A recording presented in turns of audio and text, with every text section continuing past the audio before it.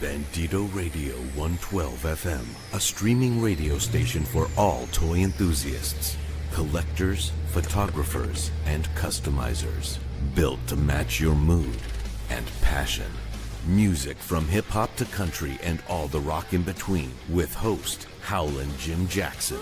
For a dose of the macabre, there's Myra's Morgue of Midnight Madness, featuring old-time radio dramas and Action Figure Frequencies, a radio podcast about all aspects of toys and toy collecting with your hosts, SKN's own Chet Maddox and Alexander Storm.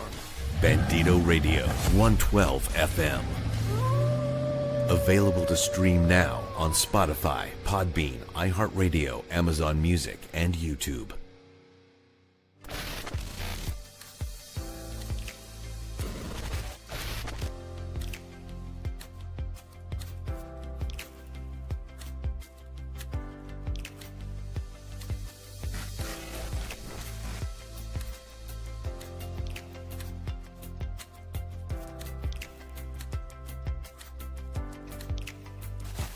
Beautiful Adventure Destinations presents its Galactic Travel Package. Visit the peaceful planet of Alderaan at the heart of the Galactic Republic.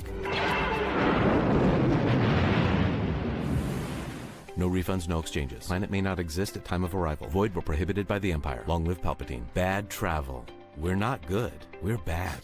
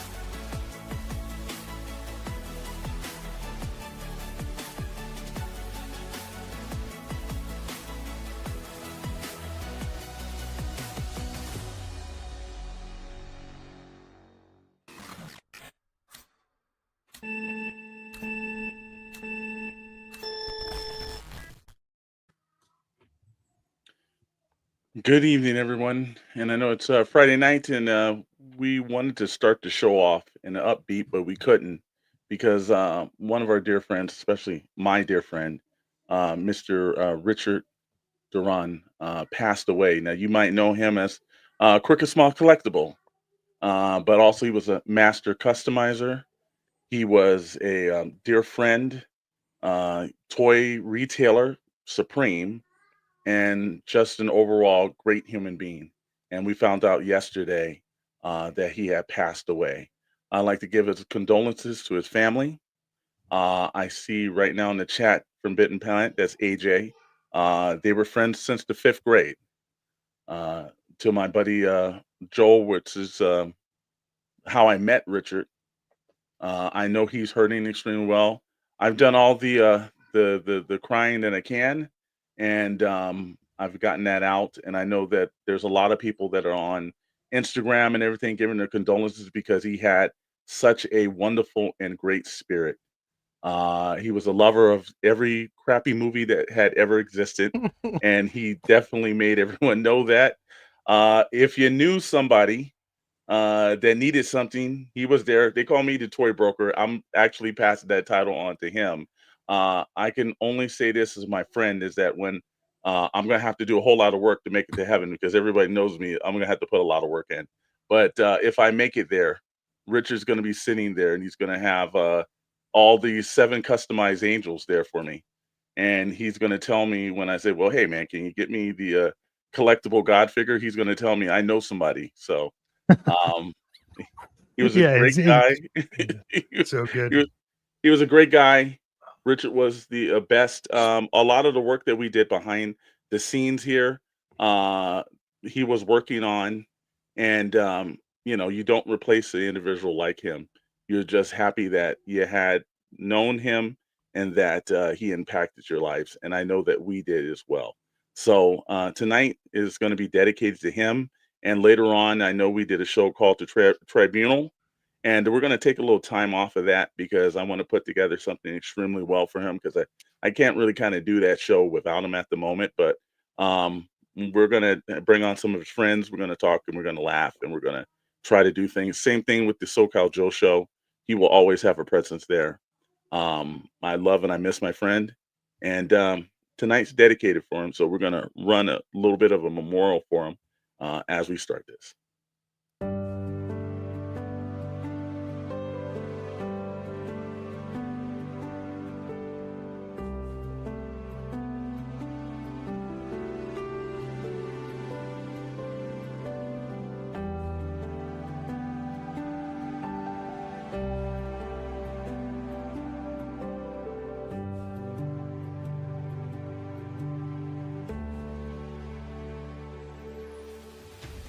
I just figured the area that they said he grew up in and that he was from, and found out the closest tribe, looked up some old Southwestern art and found paintings of the indigenous people from that area, and found the war paint, accurate war paint, and did my best. And I'm excited about this. I love talking about Joe's. It's what got me into toys, into collecting in the first place. So I'm revved up and ready to go. Don't think there's only one way to do anything. Take the time, practice, learn, and see, find out what works best for you. Feel free to experiment and just have fun with it. That's kind of the point, is just having fun.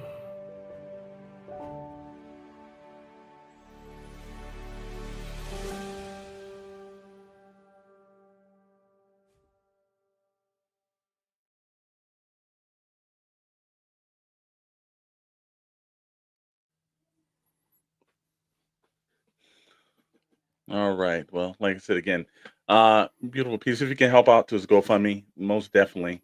You a lot of times we're always thinking we're going to be here a little bit more, and I know his family could definitely use the help.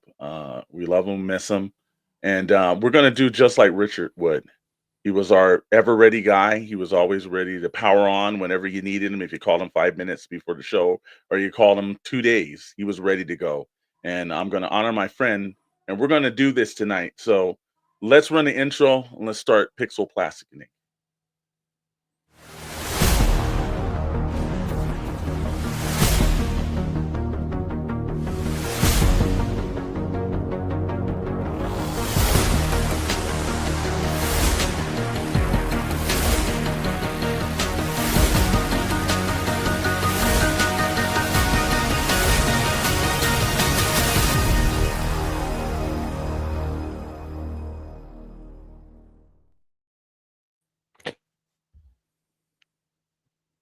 Jet, you want to say something? Yeah, man, I'm gonna miss that guy. Yeah, it's rough. Yeah. Commander Bly, Richard was such a great dude and would be sorely missed. Yes, he will, sir. Scott Simpson, though I only knew him for a short time, he had a large and positive impact on my life. He will be dearly missed. Thank you. Air Farce One, huge wrestling fan too. Yes, I definitely know that. Him and AJ talked about that on the Forbidden Panels cast. Richard Meeks, always. Richard will be missed greatly. Such an amazing guy, or awesome guy. Sorry. Yes, he was. Forbidden Panel, AJ. Viva la Richard. Big baby Jesus. There you go, brother. Hashtag Big Baby Jesus. There you go. What's going on? Any other ones that we see up here, brother? That's it for now. That's it for now. That's Okay. it. Want to say what's up to the Purple Gang. Those somewhere like, hey, look, if you guys are wanting to see some crazy stuff, that guys that just have this whole positivity thing that's going, is the Purple Gang. I know they're doing a cast on Saturday night that's gonna get that Mystic Dragons all the way over into the final push. So check them out. They're also gonna do something for Bandito Radio. So thanks for popping in, guys. So sure. hey, Chet, you ready to do this, brother? Yep. Yeah. Let's roll. Well, I know it's as you said, Mr. Storm. I think Richard would want it this way, and obviously difficult to do the cast, but I think we made the collective decision because, as Mr. Storm said, Richard would want it to be the same for sure. So let's talk about tonight's episode, and we got a couple of different topics that we're going to discuss today. Previews, a lot of hot news, and a lot of new things that hit the pop culture scene. The first, we're going to get into The Last of Us, which just is around the corner, season 2.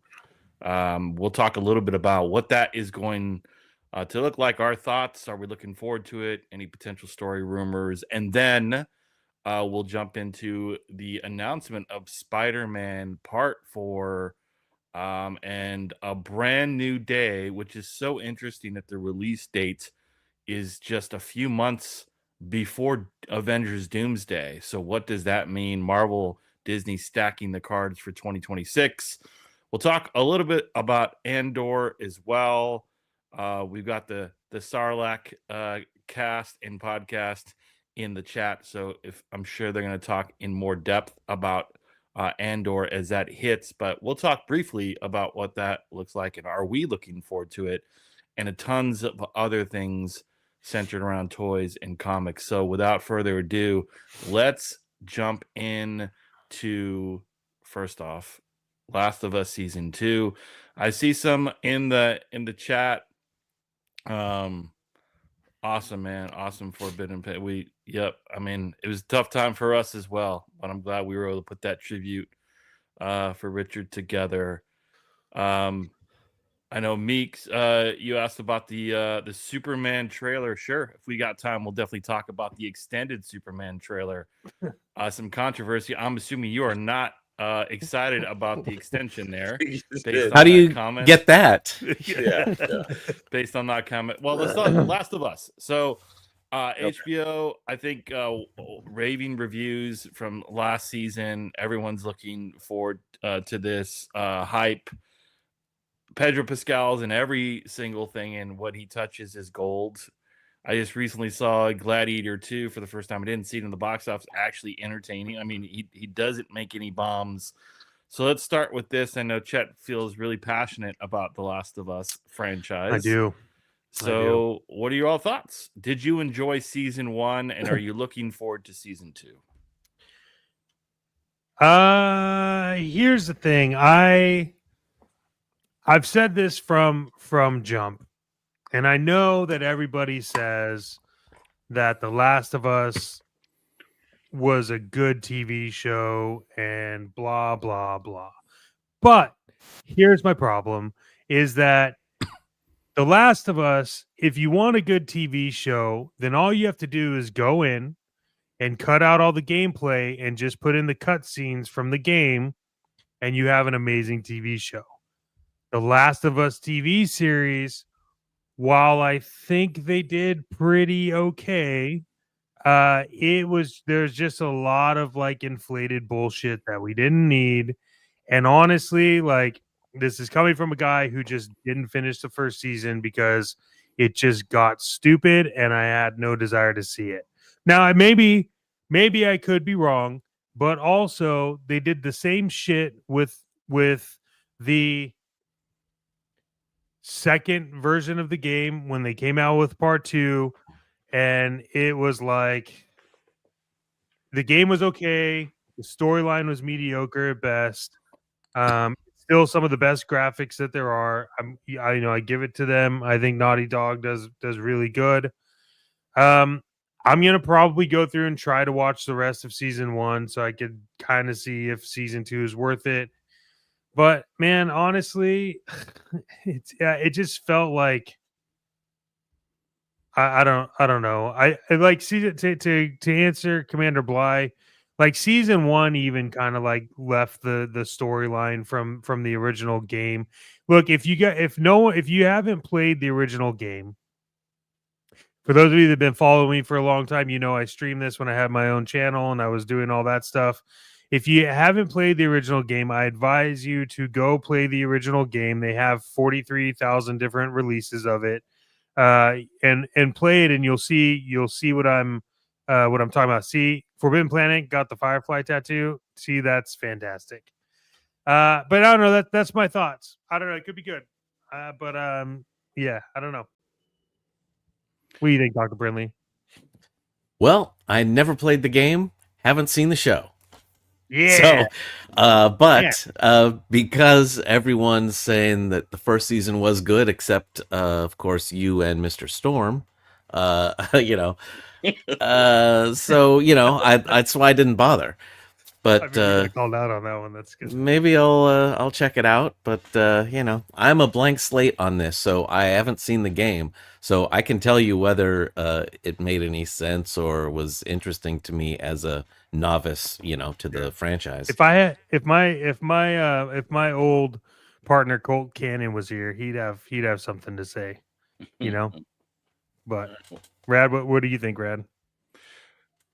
I enjoyed season 1. I mean, I get it. Like, I played this. I played the video game, so you're dead on. I think casting choice is a bit off for me. Even though Pedro Pascal is great, both of the main characters kind of off. But I think they did a really great job. I think there was a couple of really great episodes.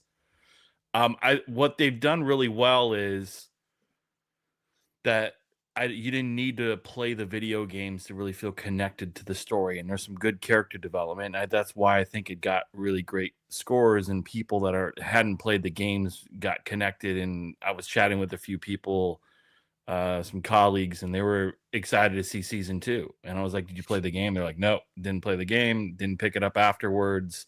Which I'm assuming HBO wanted to ensure that this could apply to all and not just the video game realm. But I get it. Like, I don't think it was perfect. Like, if I look at like the era of zombie-esque type of films, and I know this is not quite zombie or TV series, I still like The Walking Dead season 1 was better. Maybe even season 2.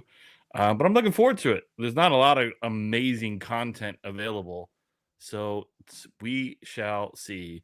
But I know when it comes to Uncharted series and Last of Us, if it's not perfect, Chet's just going to dump on it, and we know that. So it's just not, I mean, it's just like, you might as well just not touch those things, because Chet is just going to be so.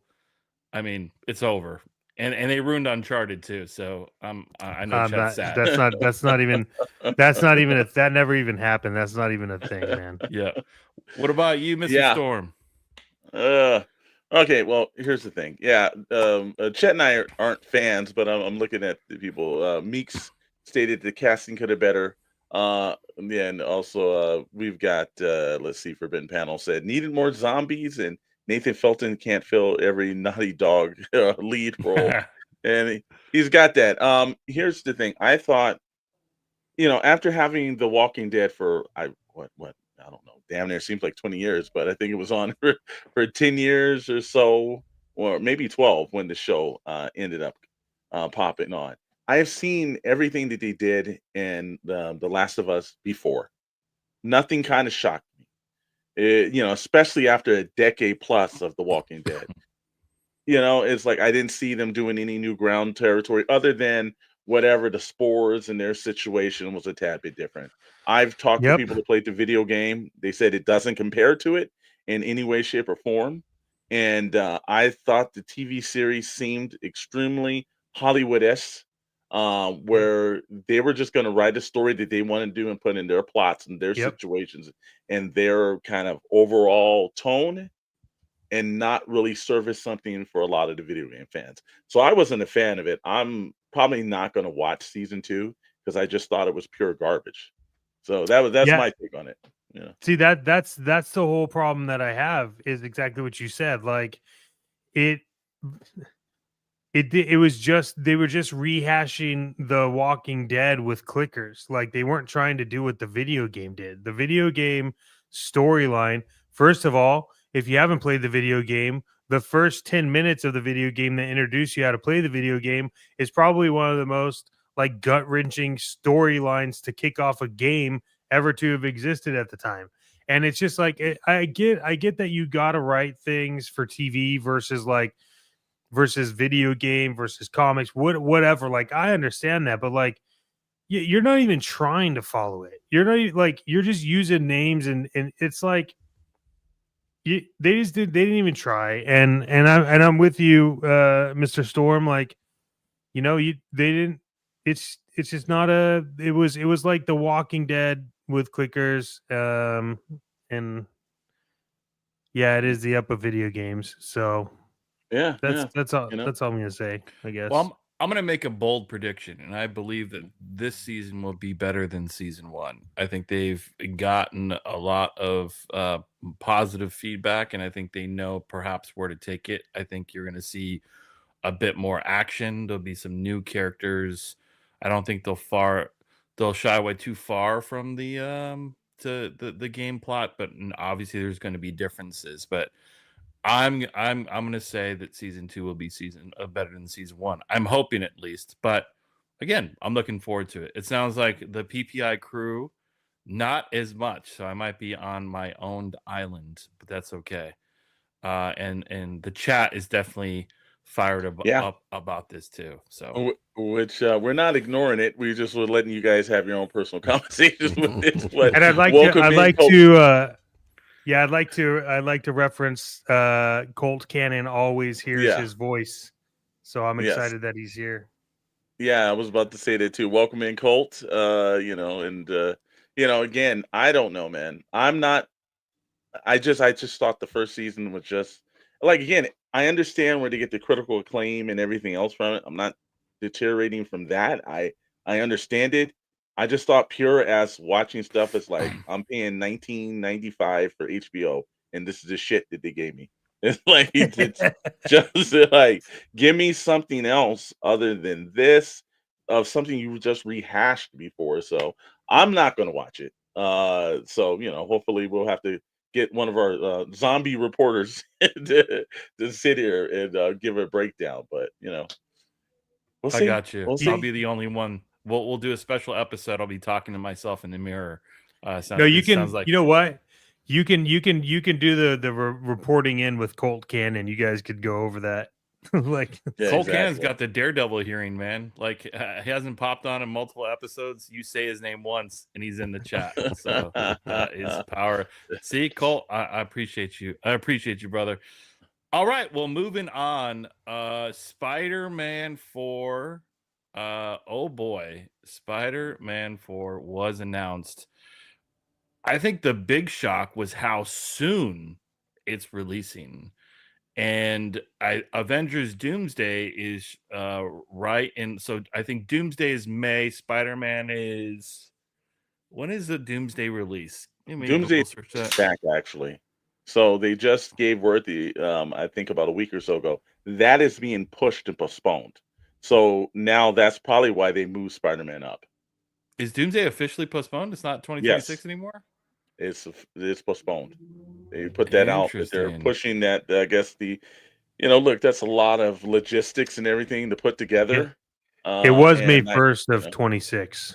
It was May 1st. I don't know what it is. I didn't see. That's big news because they just did a whole 2 weeks ago, a whole casting. They've been dropping the casting. Yeah, but they did say they were going to delay it because of tariffs. Everything is tariffs. No. It could be. What are your all thoughts here? So Spider-Man hot drop, Spider-Man 4 so early. Let's talk a little bit about predictions here of major villains, story, plot, how this ties into Doomsday and Secret Wars. Oh, hold on. We're doing real life fact checking. It turns out those aren't rumors; they're not confirmed yet, so it still is May of 26. Okay. We'll see. Okay. Yeah. So, if they don't push it, that's crazy. Have we ever seen two crazy major Marvel Disney movies hit in the summer. Like Doomsday is going to be the biggest event. Like, name one that's been Avenger. What was the one? Has Avengers ever had, and then 2 months following, a Spider-Man? We can go over it, but that's part of the problem, is that Disney kept releasing so many of these movies, one right after the other, with only like a month and a half or 2 months between them.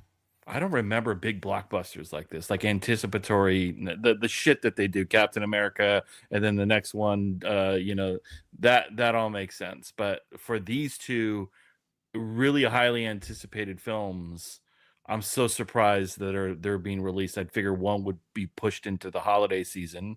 But your thoughts on Spider-Man?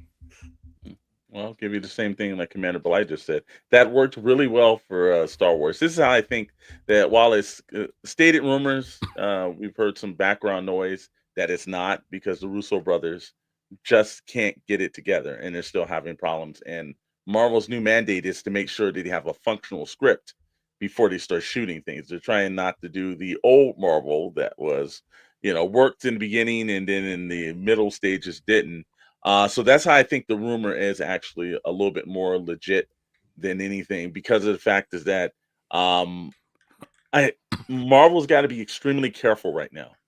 Extremely careful on how they're releasing these movies and putting them out, because like this summer they got Fantastic Four. If Fantastic Four does not do well, shit, that's going to mess up everything for the next year to come, because I really do think that this is like this phase right now with Fantastic Four is proving if the next phases are going to work. The Spider-Man movies, we've seen 3 of them. They work. I think they needed a little bit of revamp. The last movie did reboot this a little bit.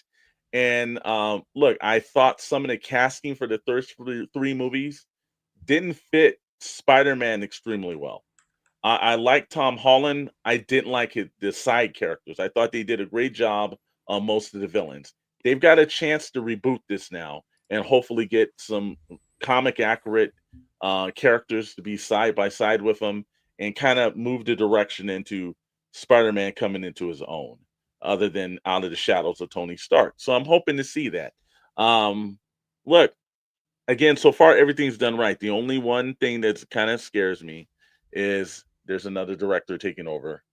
And, if there's a chance that something can mess up, the tone and everything may be messed up with a new director coming in and doing his version of Spider-Man. Well, and it's the director of Shang-Chi. So he did have, some of the humor going along with it, but not as much as the Spider-Man movies have, these last 3 anyway. But I think they're just going to be taking the title. They're not actually going to be doing Brand New Day, like an adaptation of it. But I think what they're going to do is keep with the whole naming thing like they did with Home in the first 3.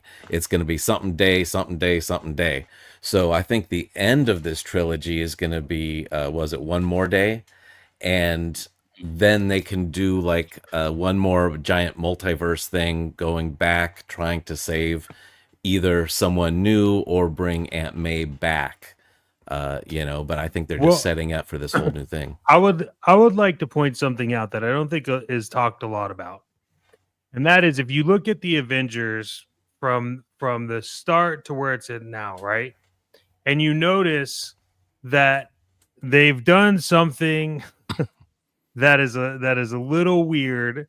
And I went down the rabbit hole on this. If you look at all the Avengers movies, and then you realize that all of the Avenger logos are colored in the form of an Infinity Stone, and then you realize that Avengers Doomsday is the green Infinity Stone, which is the timing, you start to realize that there's really only one other one that they can do. And so now you have to wonder, what are they going to do with this one? Because they're literally writing the movies to correspond with the Infinity Stones. And that's something that a lot of people don't pick up on, but every Avengers movie, all of the themes of the movies have been the theme of the stone that the color of the title has been. So you really have to start to wonder, like, what is it that they're going to do with this one? And um, if you think about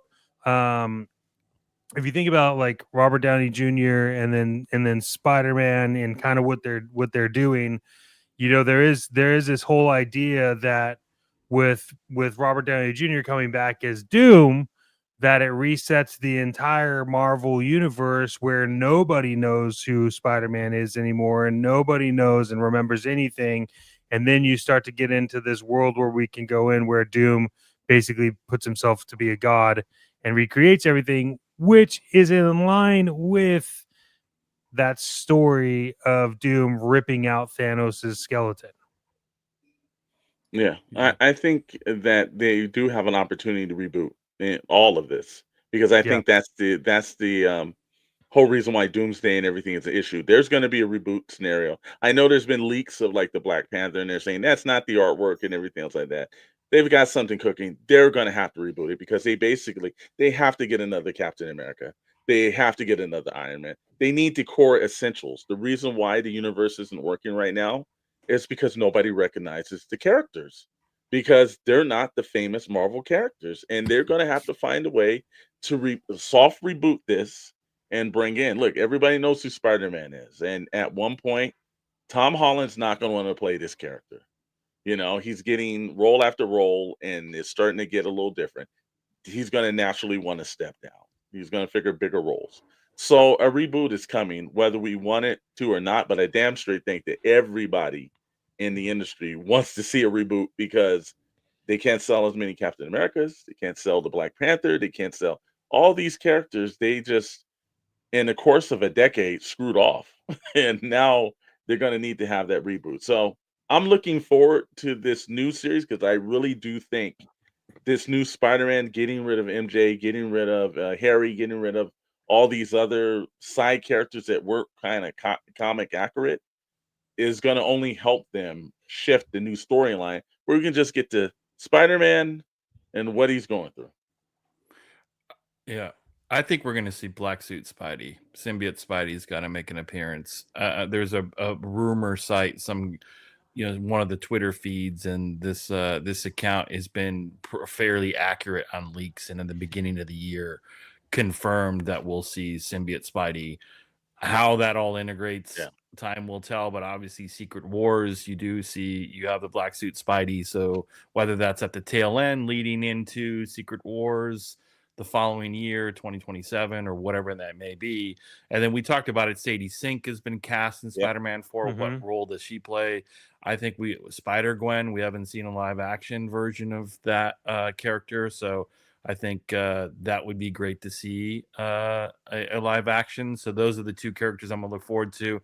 I know in the chat, Scott had said Mr. Negative or a Hobgoblin. I would love to see a creepy ass Hobgoblin. I think we've all seen the footage previously of like Sam Raimi's initial take of like the Green Goblin. It was so creepy, but they didn't go with it. Now is the time to make Hobgoblin super creepy, comic accurate. Do it. I think it'd be so fascinating. And I would say you don't have to integrate in 45 different villains. You did that last movie. It was cool to see. Centrally focus on one and really develop it. And I would love to see Hobgoblin as one. I just don't know, character depth wise, if that's the villain you want to hold the reins for this part 4, especially if you're trying to intertwine a story that leads into Doomsday, although Doomsday would be before, but Secret Wars, etc. So time will tell, but give us Black Suit Spidey. We all want to see it. Yeah, and I think too, like with them going into like Fantastic Four territory, you have so much opportunity right now to just recreate and actually get into what people have been looking forward to, what people want to see. I know in the Spider-Man universe, they've given us a bunch of things, but we all really just want to see the Sinister Six because that's just what we want to see. Fantastic Four, we're gonna get to see. We'll talk about it a little bit later, but there's things that are going to show up that we get to see, and it's cool because regardless, Fantastic Four isn't necessarily like A-level superheroes. It's kind of always been like B level. I know Reed Richards and all that stuff is a bigger role in the comic world, but I think they have the prime opportunity to really build something out great, which is why I'm going to suggest that they tap into James Gunn again so that they can build it all out properly, because he's been nailing it with trailers recently, Yeah, I Yeah, think. James Gunn's not going to be doing Marvel anytime soon. Oh no, no, no, and Yeah, I'm go ahead, looking Mr. at it. Storm. Yeah, I'm looking at it too. See the director pops in. Good evening, gentlemen. He says, "What's up, everyone? What did I miss? Oh, you missed Chet and I shitting on The Last of Us, and now we're talking about Spider-Man." Just quick break for you, brother. Go ahead, Hold Brad. on. I'm getting a text. HBO. It's from HBO. Uh-oh. Oh, we're not invited to any of Wait the a minute. premiere parties. Thanks, guys. Thanks. I'm looking at it. Appreciate They just Appreciate shut off my HBO right now. What the hell is Yeah. going Hey, on? thanks, man. You guys are all Hey, getting thank canceled. you. I love Thank you. HBO. No, I appreciate all of the future series of Warner Brothers, including DC stuff. We are also banned from any parties just because you That's all good. couldn't suck it up and just say you liked it. But that's not the podcast we are. There are other podcasts out there that it's the greatest thing of all time, and then they're at the premiere. Okay. Spider-Man 4, we will wait and see. But And the I last think, thing I will say though about it is I'm pretty sure that the One More Day thing is coming through because they have been setting up Mephisto in Agatha all along, and so they're bringing this whole other aspect. They're doing the Midnight Suns and all that kind of stuff. That's coming soon. So Dr. Brantley, there is one character that Marvel Legends fans have been asking for the longest time. And we haven't had one since the Marvel Select days. I've got it on my shelf, and that is a Mephisto character, a legend, a figure, and we also want to see him in film or TV. Could this be a sign that we will finally see him on the screen and also in action figure form? Will Disney unveil the devil himself? You had the I don't know. opportunity. I don't If know. you backed that damn engine of vengeance, Brad, you had the opportunity. I was there, but It nobody just would else have cost decided you they damn wanted near to. $300 for a Nobody card that wanted. you wouldn't want. I was the only backer. No one else. I was the only. It said one of whatever. And that was it. I was sad. I cried. All right, moving on from Spider-Man to the world of Star Wars, and Andor is just around the corner. Andor season 1 got some incredibly rave reviews, and actually one of the highest rated Star Wars TV series to hit the Disney Channel, partly because it was probably a bit different from the rest of the TV series that Star Wars had produced. Interesting is that Diego Luna had said in his last review of the show, in his interview, he said, "You will definitely want to watch Rogue One immediately following this series." And as if you look at the poster, well, I can see why. So, gentlemen, Andor season 2, are you looking forward to it? oh yeah, first season was great, and also they didn't do what so many of these shows do nowadays, where it's just the long arc and that's all the story they're telling. Andor season 1 did a heist episode, then they did a jailbreak episode, in prison episode. They did all these different things in the context of a longer story, and it was awesome. And the birth of the rebellion, just a little thing like that. I can't wait. And the way that they say they're structuring this is 3 episodes, and then it's going to be a time jump, and then 3 episodes, time jump. So we're going to see all this stuff leading up to the Death Star and right before Rogue One. I can't wait. Do you think we'll see Vader at some point in this series? Yeah, They would be smart if they, Yeah. And there was a rumor about, see, I'm trying to remember the timeline. So at any point in this timeline leading up to the events of Rogue One, would Hayden Christensen be able to play Vader? He would, right? He'd still be of the Yeah. age where he. Mhm. So there was rumors of him just returning as Vader in multiple different capacities. It'd be so cool to see him coming off Ahsoka if we saw him in Vader form. You know, obviously a bit older, but I would love to see it, man. Put Vader in anything. So that's something maybe we could look forward to. Chet, Mr. Storm, Andor season 2. Yeah, I will say that a lot of people were kind of like, really down on Star Wars. Like some of the shows haven't been in a way that I thought that were really indicative of how good the actual series are. Some of them they were kind of like a little lazy, like the Acolyte, and then there was like the Skeleton Crew that were fun, but I don't think it connected to the fans. Andor is probably the best written, next to maybe the first or second season of Mandalorian, the best written Star Wars show that has premiered on Disney Plus. The acting, Tony Gilroy is amazing.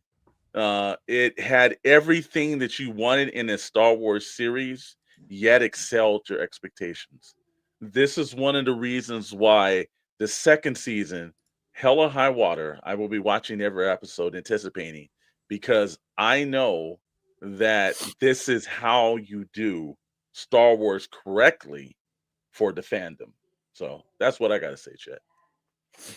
Yeah, look, I like the Andor series. I'm pretty upfront about Rogue One being one of my all time favorite Star Wars anything, and it's just because it's espionage based in the Star Wars world. I think that's fantastic. I am with you. I am going to be watching every aspect of Andor, but I'll also be very critical on it. But I think it's going to be hard to do because I think that this is one that I feel like all the writers as well as the actors care about, just because you can see it.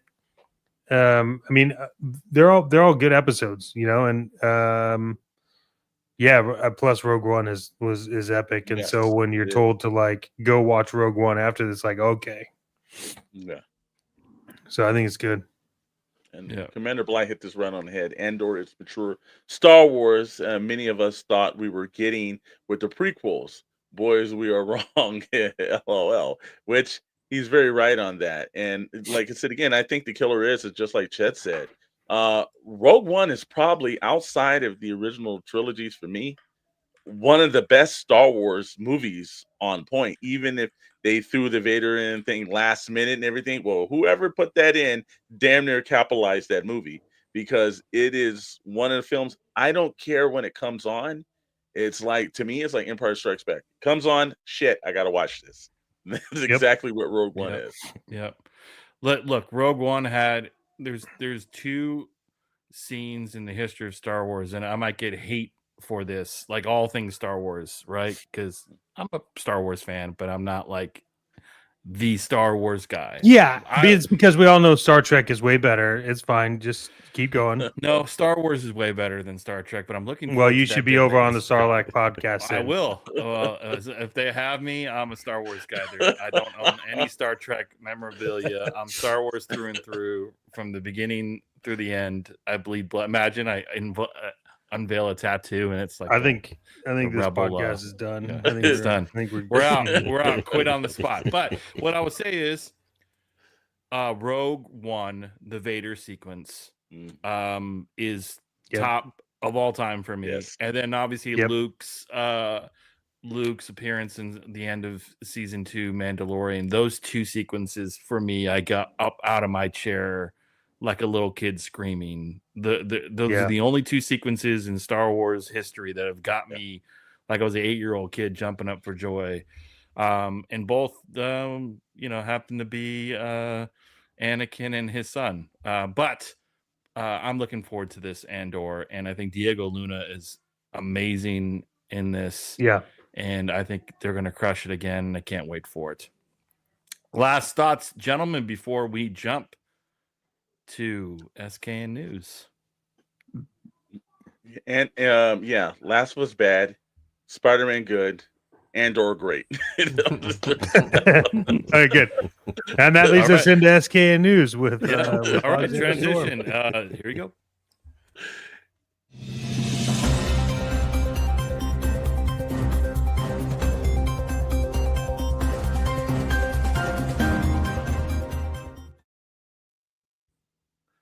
That is right. From our world to your world, this is SKN News. And oh man, do we got news tonight? That's right, brother. We got actually this little thing that takes place in Las Vegas every now and then. It's called CinemaCon, and that's where most of the people go to unveil their stuff and get all these other people from the industry and from also from theater chains and everything a little hyped. Well, apparently the Fantastic Four had a brand new trailer that dropped and everything, and we're gonna read a little bit. This Fantastic Four trailer electrifies CinemaCon with Silver Surfer debut. That's right. The Fantastic Four first steps electrified the audience at CinemaCon 2025 with a sterling villain reveal and a bundle of superhero joy. During the Marvel Studio presentation to the annual convention of movie theater owners in Las Vegas, Division head Kevin Feige sent a video message from the set of Avengers Doomsday, hyping up extended look at the Marcus big introduction to the Tenor 4. In a new trailer, we learned up top that Reed Richards and Sue Storm are expecting a baby, and get a nice shot of the actress Kirby rocking a bump. This would mark the first time Marvel has featured a working superhero or working mom superhero in their timeline. Also, a couple other key things that I got, because I had a buddy that did jump over to CinemaCon and said, one, they did show the Silver Surfer in this extended trailer. Two was that he thought it was better than the initial first trailer that was actually done. So, he said that when people were clapping and they were cool, it was a legitimate. It wasn't like the fake kind of one where it was like just because some person does it. Like people were generally surprised at that. But one thing we do know is Franklin Richards is coming sooner than we thought, and that worries me because Marvel has a tendency of speeding the timeline up too quick without establishing some characters. But from what I understand, the Fantastic Four are rootly settled in their mid journey, so they've already done all their great feats, and this is like the middle of the Fantastic Four story. So, guys, I know we've only had one major trailer and a couple of leaks, and it's kind of been on the silent front. But is anyone looking forward to the Fantastic Four after hearing this thing from CinemaCon? Yeah, absolutely. Looking forward to it. I've worked on the Fox Fantastic Four movies doing the trailers. I saw the other two as well, and it can't get much worse. So I have high hopes for it, but I don't know. Fantastic Four was never like a comic that I read. It didn't appeal to me, and I don't know if that's just how it was in the 80s and 90s. It just felt like an old-fashioned kind of a thing where Spider-Man kind of changed with the times, and Fantastic Four felt kind of old. But yeah. So you're telling me you had an opportunity before that movie was released to take that film print and go flame on and just burn the hell out of it before it made it to the theaters? I feel like you are responsible for a lot of us being, we've said it, for being tricked. Well, his damn company was, I can tell you that. You tricked us. You made it look so that's good. Being good at my job. What are you talking about? I know. And defrauding the public. Hold on. I wanted to put on like under Dr. Brentley liar, right? Dr. Brentley is great in taking movies that are probably not going to be great and putting together amazing teaser trailers to get people to show up to the theaters. Let me text James Gunn. What's your what?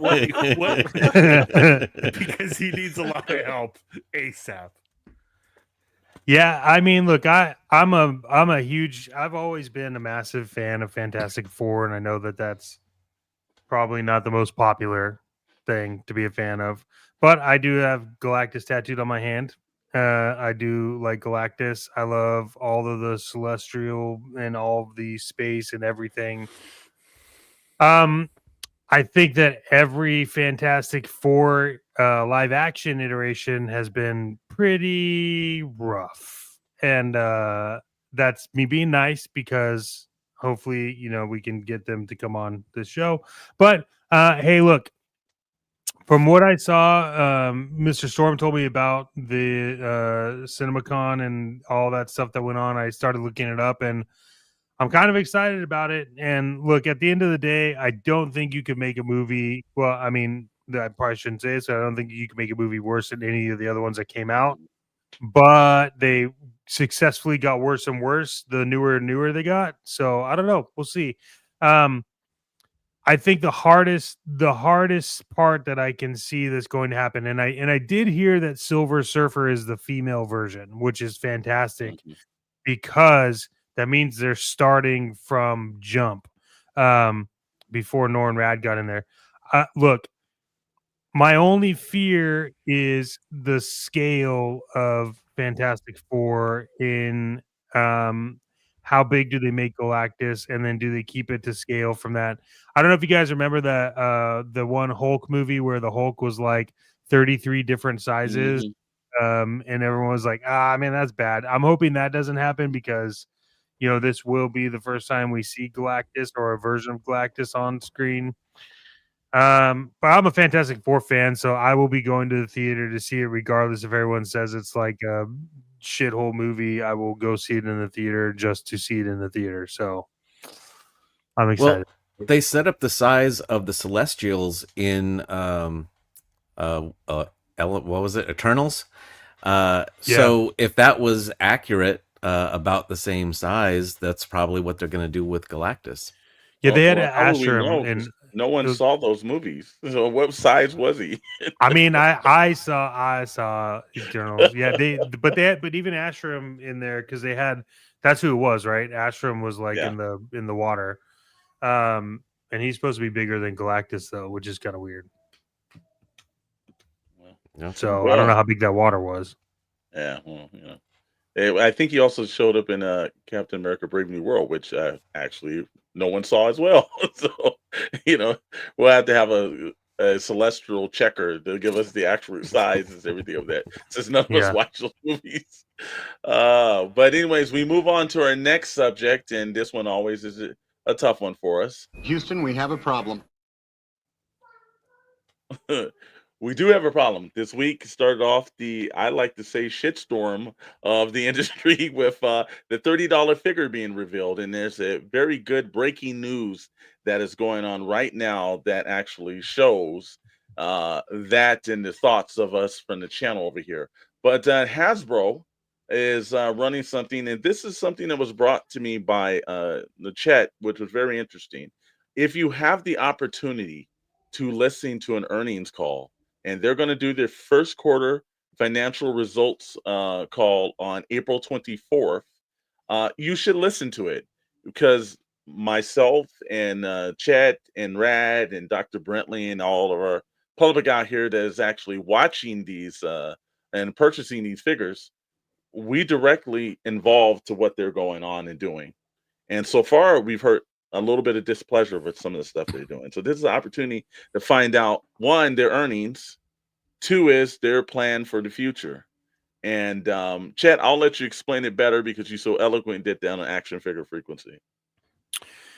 Yeah, I mean, look, if you're going to be involved in an industry and you get upset or this is a time where you can sit down and I encourage anybody to do with anything that you're into. If you like Apple, if you like Microsoft, if you like Netflix, whatever it is that you like, specifically speaking, we're going to talk about Hasbro, Mattel. I do with Hasbro and Mattel. It's a way for you to understand the thinking of the company and what's going on. And sometimes there's insider talk. I mean, they have a board they have to answer to.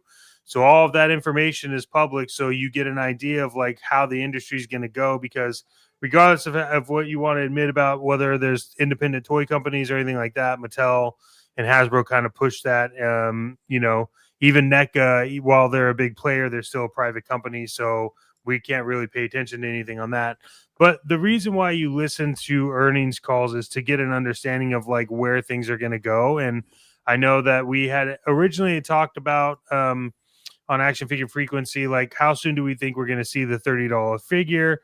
And I made a comment on there, and then I listened to earnings calls, and I called up Storm, and I corrected myself, and I was like, that shit's coming a lot sooner than we think. And like I just really, it's important to have knowledge. Like knowledge is power, and you could walk around and say things, but if you have the knowledge behind why things are happening or where things are going to go, and especially if you invest in it, it puts a bit more weight into the discussion when you have it. So I think if you're passionate about something, whatever it is, whatever industry it is, if you can get some time to listen to the earnings calls, it'll be important. And that's why I think, there's still discussion, but there's a high probability I might do a live stream of the earnings calls so that we can have it on the channel, can discuss it. I love the stock market. I think it's fantastic.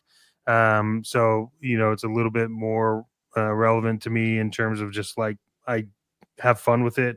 So I think it'll be good. I don't know. It's something I've been playing with, the idea of like streaming that live. So yeah.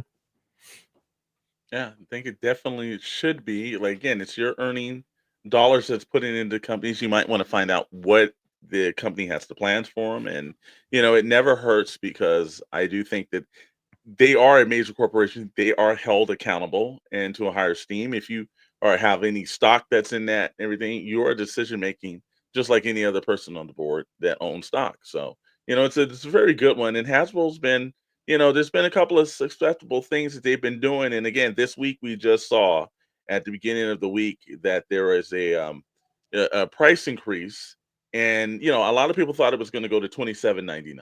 We knew it was going to 30, and it was $29.99. But let's be honest, it's $30.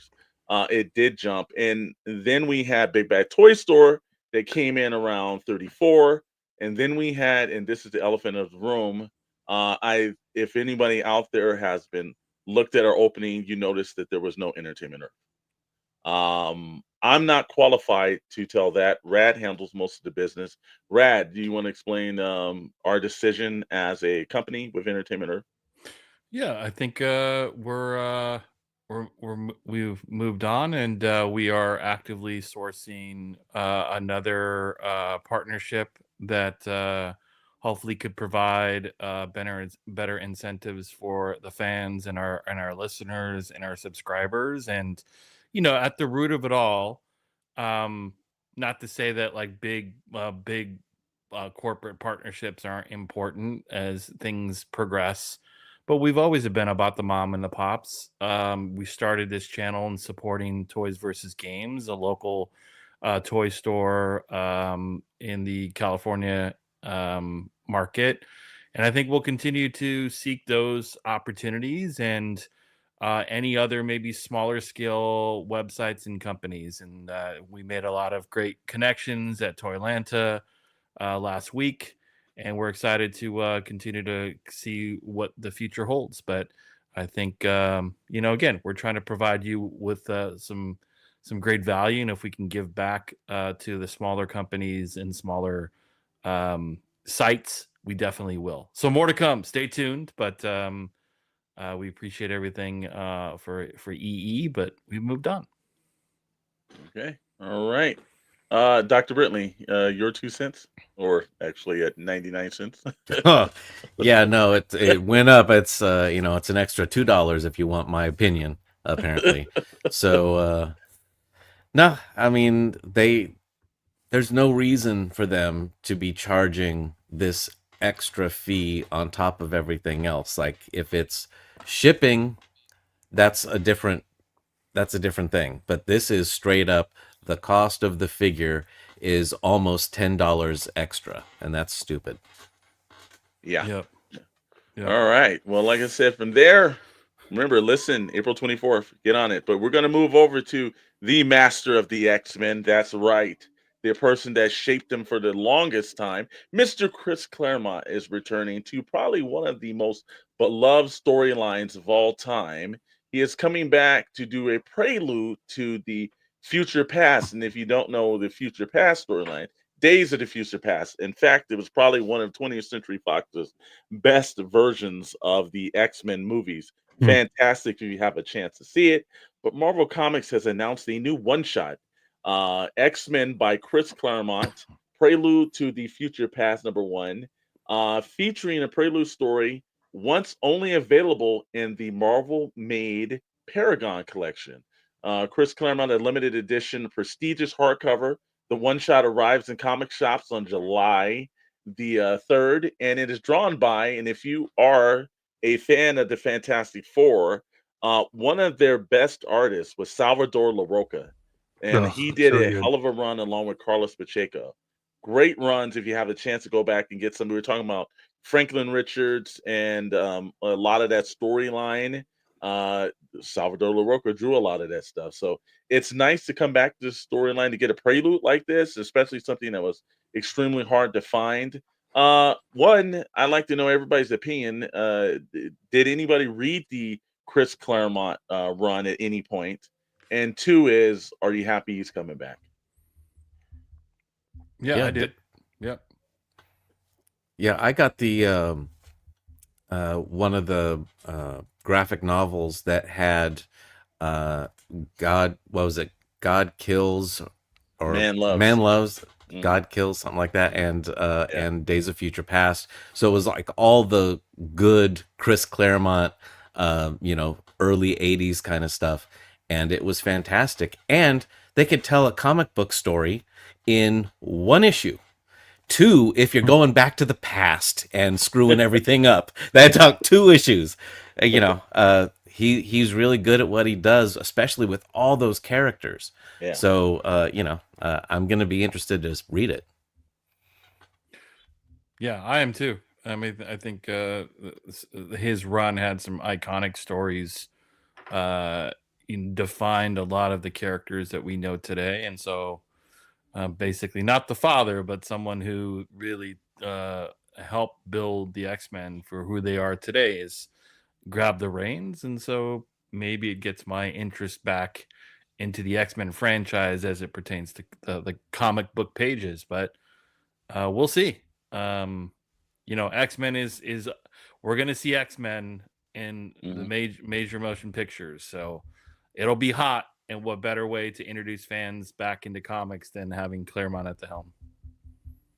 Yeah, I think this is a smart move.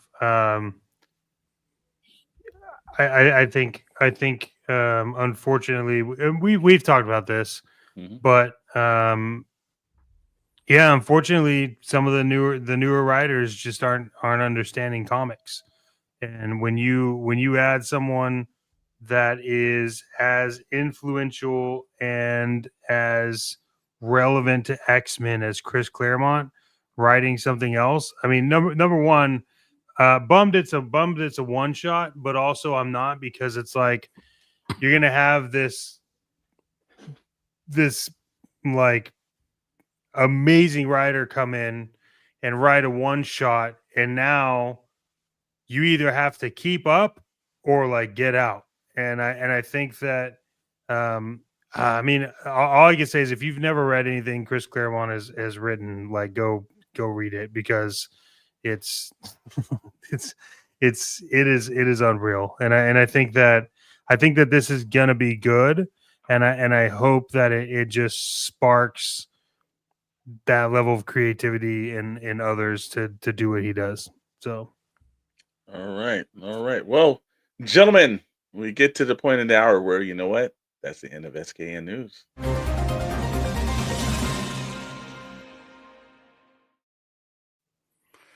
Thank you, Mr. Storm, as always. And fun talking about all the things that are upcoming. So it's going to be a busy couple weeks and a busy summer for movies and TV in the realm of pop culture. As always, we ask all of you who haven't already to subscribe, like, comment in the channel. We do appreciate you all tuning in every Friday, 7 p.m. Pacific time, right here on the Shadow Nose Network, SKN. And don't forget, to Wednesdays, 7 p.m. Pacific time, that is the Toy Box Chronicles. Mr. Storm and Chet Maddox bring you the latest and greatest in toys and collectibles, plus a variety of other content on the channel. And also, don't forget Action Figure Frequencies on Bandito Radio 112 FM. So tune in, as well as Mr. Storm and Chet Maddox bring you the latest, greatest, and it's a different version. So it's not Toy Box Chronicles; it's completely different. So if you're looking to get you double dose of toys and collectibles, insight, info, all the stuff, make sure you tune in, gentlemen. We have another thing coming up in just a month's time. Mr. Storm, Chet Maddox. We got something in the Joe world. If you want to tell the folks. We do. On May the 4th, well, this year it's May the 4th, normally Star Wars Day, but this year it's going to be SoCal Joe Show in the city of Temecula, California. They like to call that the wine country of the South in California. And so if you're not there for Joe and you just want to drink, it's just a hop, skip, and a jump over. So you get or you can have wine and Joe. It doesn't matter. But I'll be there to drink and go to the show. Exactly. There might be even a limited edition Joe wine. You never know. But, I just want to have a Destro in one hand and a Merlot in the other, baby. We will be Destro. the city of Temecula, California, for the annual SoCal Joe Show. We will be live streaming live there. We will have, obviously, the great buddies over us, partners over on the channel, Odd Frog Entertainment. They will be bringing the Bandito and the 112 Chop Shop that you could only previously see at Toy Atlanta. That's going to be there. So we're live streaming from that table.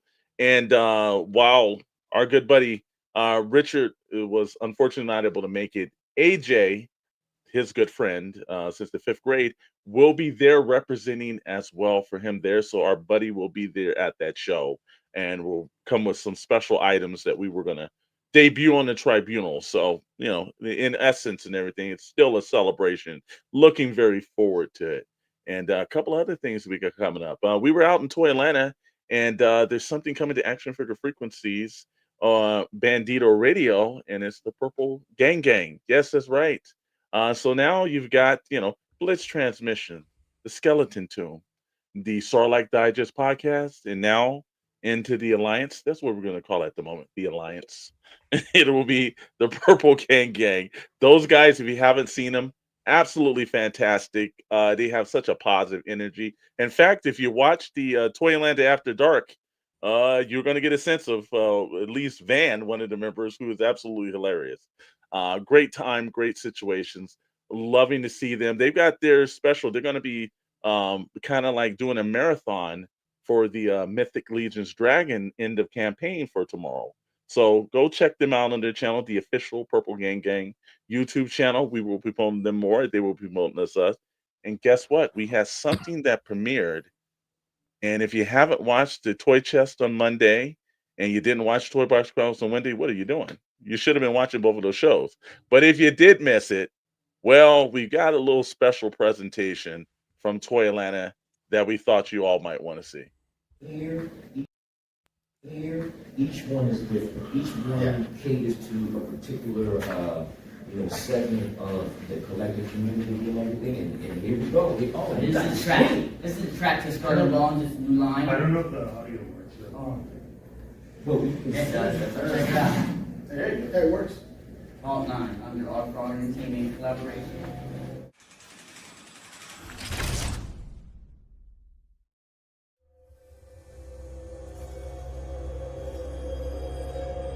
There are legends that roam the 7 seas.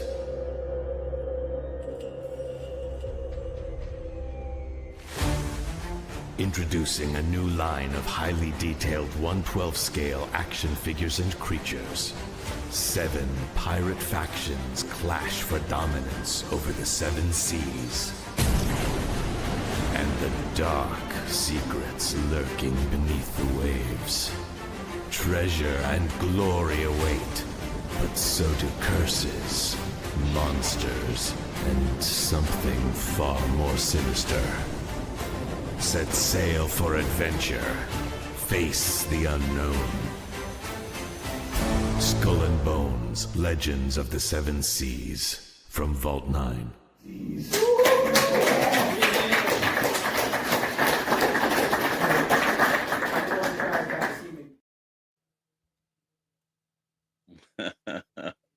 Yes, yes, that's right. We decided to jump into the world of 112 action figures, so beautifully made in the trailer there, and we've all been kind of looking forward to that. So if you weren't at the panel at Toy Atlanta, well, we kind of took you to the panel at Toy Atlanta, got to see it yourself and everything. Gentlemen, any thoughts on Skull and Bones? Yeah, I want them now. I want them on my shelf. No, I think it's amazing, man. We're all incredible toy lovers and collectibles lovers, and Vault 9 obviously is the broader company that has all the things under its umbrella, including SKN. So if you're wondering what the hell is Vault 9, SKN's part of Vault 9. We are Vault 9, and I'm just excited about first formally introducing Skull and Bones to the community, and more to come. But Chet and Dr. Brantley, Mr. Storm, in partnership with Odd Frog Entertainment, David Vonner. I mean, it's just exciting stuff, man. And I just love producing high quality action figures. And no one's really dove quite into the realm of pirates. And I'm into pirates. So if you see me with an eye patch in a couple episodes from now, you know I'm fully embracing the character. In fact, I rocked a kind of a pirate mustache during Toy Atlanta. A lot of people were like, You did. "Oh, okay." Yes, you did. And I was like, Yeah, you did. we're next thing you know, I'm rocking a gold earring and an eye patch. I'm taking this very seriously. But Chet, you got to be excited, man. Obviously, debuting Skull and Bones at Toy Atlanta. Dude, this has been an idea that's been in the works for a long time. But I can't explain. I mean, I wish there's more I could tell but I can't. What I will say is this. It's when we say highly detailed 1/12 scale, these will have soft goods. They'll be mixed. It'll be an experience when you get the toy versus just opening up and putting the box aside. I'm excited for the path. This was announcing it and getting to talk to people and finally say like what we're doing. It's exciting, man, and I wouldn't want to do with anybody else other than the people that are involved. I think we all have the same passion, the same drive. We all love toys the same amount. This also really hits home with Dr. Brinley because he could add his flair of Indiana Jones love. We'll make a pirate that has a whip and a hat, and we won't call it Indiana Jones. But just saying. No, look, I think this is great. I think we're all passionate about it. We talk about it every day. Everyone loves it. And Rad, I'm with you, man. Like, I don't understand why it hasn't been done before, but it's being done now, and the team behind it is you. You will start seeing pirates showing up in people's collection. Trust me on that. So, Dr. Bradley, what are your thoughts? Yeah, it's been cool. We've been working on it behind the scenes quietly, but now it's out there, and I'm looking forward. It's going to be, a long journey getting this out, but I'm looking forward to it. This is the fun part, because we've been talking about it, but now we actually have to make the damn things. Yeah, that's true. You all just have to check me if I start to integrate my pirate language in the pixels and plastic and ink, and everything I'll talk about is more pirate. Like, you gotta just pump the brakes, Brad. We don't even have the figures haven't even been debuted yet. But well, there is Talk Like a Pirate Day, so we may have to do a special. I won't be on that stuff. Also, one last thing before we go tonight. Our buddy over at Bliss Transmission, Tommy, busting his behind out there. One-man show and everything. And actually, Commander Bly was actually on an episode recently. Yeah, I didn't watch that on purpose. And I just stopped watching it, though, every situation. Yeah. As soon as he showed up, I was like, I can't watch this. But he recently just hit 1,000 subs. Big congratulations to him. Nice. Commander Blyever, the proud individual he is. He said, check out the latest Bliss Transmission tomorrow. Talk on the Star Wars Tales of the Underworld trailer that just dropped. So, hey, Tommy, love you, brother. He just gave me a rude emoji. Yeah, I know he does that all the time, man. I know. I gotta say, every time I see Commander Bly's like photo in the chat. It makes me want to start collecting like stormtrooper memorabilia, and it's taken me a long time not to pull the trigger, but I think there might be a mask on the horizon. I just get inspired. And see, he does these kind of things. He gives a slide, and then he writes something like this, and we feel like a bunch of asses.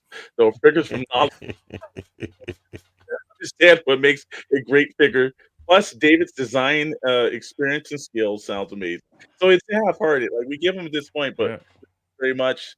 Thank you for all the support that everybody's doing, and good job, Tommy. Here's 2,000 to you, brother. Yep. Well, that's it, folks. Obviously, again, to start off the show, a beloved member of the community, SKN, the toy community, Richard, Crooked Smile Collectibles.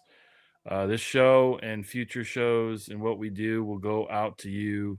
The GoFundMe is scrolling down below. Please, if you have just a couple of dollars, if not more, to donate, do so, please. But with that being said, we appreciate you tuning in. Rest in peace, brother. And Miss you, see you man. next week. Thanks all. Incoming transmission. There's a new show headed to Bandito Radio. Action Figure Frequencies with your hosts Chet Maddox and Alexander Storm. All the talk on action figures you crave. Only on 112 FM Bandito Radio.